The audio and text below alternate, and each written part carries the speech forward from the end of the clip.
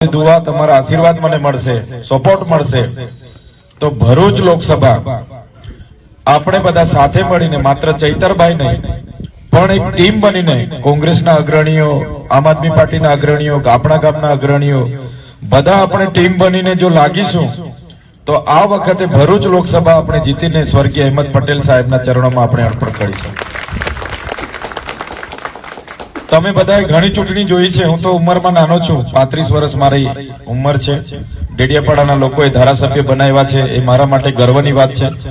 કોંગ્રેસ આમ આદમી એલાયન્સનો ઉમેદવાર થયો છું, આ પણ મારા માટે બહુ મોટી વાત છે।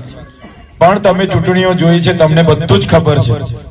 અત્યાર સુધીની જેટલી પણ લોકસભાની ચૂંટણીઓ થઈ છે, છેલ્લા 40 વર્ષથી આ લોકો એટલા માટે જીતી જાય છે કે કોંગ્રેસમાંથી સ્વાભાવિકપણે મુસ્લિમ સમાજના અગ્રણી લડતા હોય તો આ લોકોએ માત્ર ને માત્ર ધર્મના નામે રાજનીતિ કરી છે।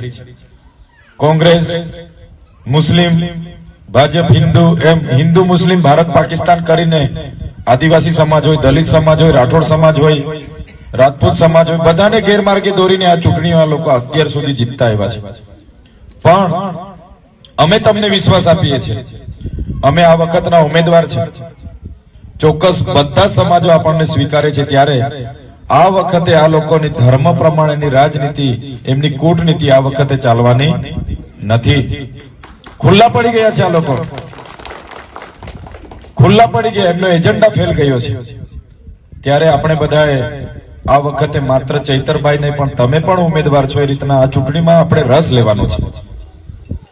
હું ધારાસભ્ય છું, મારે જ કેમ ચૂંટણી લડવાની, કેમ જીતવાની, પણ મિત્રો હું તમને કહેવા માંગુ છું, જે રીતના ગુજરાતમાં અને દેશમાં એમનો અહંકાર વધી રહ્યો છે, અમે તોડવા માંગીએ છીએ।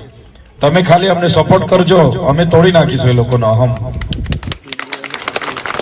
જે લોકોનો અહમ છે, 26 માંથી 26 અમે જીતીશું, 5 લાખની લીડ આજે જે ઉડી રહેલા છે હવામાં, આ વખતે ભરૂચમાંથી આવી જ રીતના બધા ગામો મને સહકાર આપશે। આદિવાસી સમાજ એક થઈ ગયો છે આ વખતે। જો આપે ઝઘડિયા ન્યૂઝ ચેનલ સબસ્ક્રાઇબ ન કરી હોય તો સબસ્ક્રાઇબ કરી, લાઇક કરી, બેલ આઇકોન દબાવો। રોજ તમારી આસપાસ બનતી ઘટનાઓની માહિતી મેળવો। ધન્યવાદ।